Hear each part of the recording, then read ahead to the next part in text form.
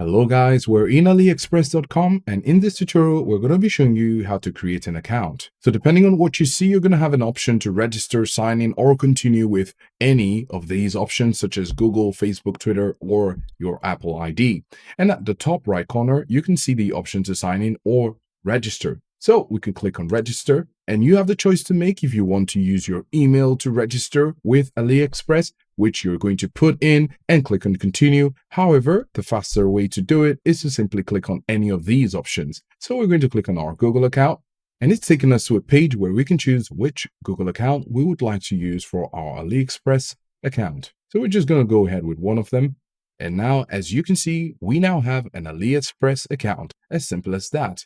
You could decide to go down to payment to set your payment options and go over to your settings to explore them. But in order to create an Aliexpress account, you just need to go ahead and follow the steps in this video.